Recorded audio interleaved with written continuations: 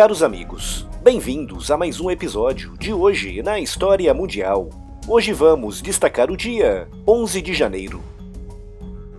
Neste dia, no ano de 1879, teve início a chamada Guerra Anglo-Zulu, que colocou frente a frente no campo de batalha o poderoso exército britânico, equipado com armas de fogo muito modernas para a época, e os guerreiros Zulus, equipados na sua maioria com lanças, flechas e escudos de couro.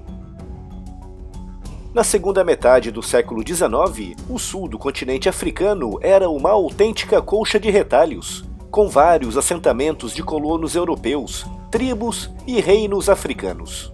Além de colônias britânicas espalhadas pelo território, havia também inúmeras colônias dos chamados Boers, imigrantes holandeses que tinham chegado na região no século XVIII, levados para lá pela Companhia Holandesa das Índias Orientais. Além dos europeus havia, como é óbvio, um grande número de tribos, aldeias e de reinos africanos, com destaque para o chamado Reino Zulu, que entre os anos de 1860 e 1870 tinha atingido o seu apogeu máximo. Em 1867 foram descobertas grandes reservas de diamante no sul do continente africano, o que atraiu imediatamente as atenções do Império Britânico. Durante 10 anos, os britânicos tentaram de todas as formas convencer as tribos locais e também os Boers holandeses. E em 1877, Londres iniciou um processo bastante agressivo de colonização do território, liderado por Sir Bartle Frere, alto comissário para a África do Sul. O objetivo de Frere era impor um sistema federativo na região, englobando os assentamentos Boers e as tribos e reinos africanos, com a intenção de instaurar uma colônia britânica. Após muita relutância inicial, os Boers finalmente aceitaram a proposta britânica, que incluía alguma autonomia na região dos assentamentos onde eles já se encontravam há mais de um século. Mas os Zulus não aceitaram qualquer tipo de negociação, iniciando uma série de pequenos enfrentamentos em todo o território. No ano seguinte, em 1878, estava claro para Londres que todo o seu plano de transformar a região numa colônia britânica não funcionaria enquanto o Reino Zulu existisse, mas a Inglaterra não queria uma nova guerra colonial naquele momento. Apesar disso, Frere, o alto comissário daquele território, tinha grandes interesses pessoais depositados na criação da colônia, inclusive uma promessa feita pelo governo britânico que lhe garantiu o cargo de primeiro governador colonial. E por isso, na segunda metade de 1878, sem a autorização de Londres, Frere iniciou uma forte campanha publicitária contra o Reino Zulu, espalhando boatos entre os assentamentos holandeses dos Boers de que os Zulus planejavam atacá-los para tomar as suas terras.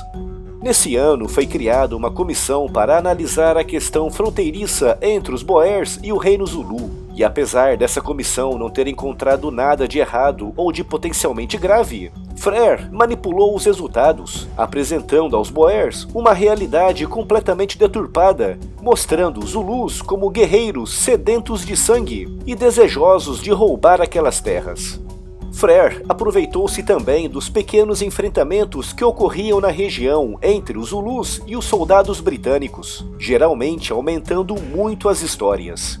E no final de 1878, Frere, baseando-se em histórias exageradas de choques com os Zulus e alertando os Boers sobre uma falsa invasão, enviou ao Reino Zulu um ultimato. Os 13 termos desse ultimato, apresentados no dia 11 de dezembro de 1878, eram impossíveis de serem aceitos, já que exigiam a completa dissolução do Reino Zulu. E um mês depois, como não houve resposta ao ultimato, com Frere alegando que os Boers estavam correndo um grande perigo de serem atacados e expulsos pelos Zulus, a guerra foi declarada neste dia 11 de janeiro de 1879, sem a autorização do governo britânico. O comandante em chefe das forças britânicas locais era o Lord Chelmsford, que dividiu os 15 mil soldados britânicos em 5 colunas, invadindo o Reino Zulu a partir de 5 frentes diferentes. Os soldados britânicos naquela época vinham armados com o fuzil Snyder Enfield, mas muitos já tinham o muito mais moderno Martini Henry de 1871, muito mais preciso e mais confiável de ser operado no campo de batalha. Já os 35 mil guerreiros Zulus usavam essencialmente flechas, lanças, pedras e escudos feitos de couro, com alguns poucos fuzis antigos ou então capturados dos britânicos. Além do equipamento extremamente inadequado, os guerreiros Zulus não eram soldados profissionais, com o exército Zulu sendo formado por aldeões que não podiam permanecer mais do que 3 ou 4 semanas no campo de batalha, devido às suas responsabilidades civis nas suas aldeias. Os primeiros movimentos do exército britânico em território Zulu foi marcado por uma extrema arrogância, com Lord Chelmsford subestimando a capacidade de luta dos Zulus.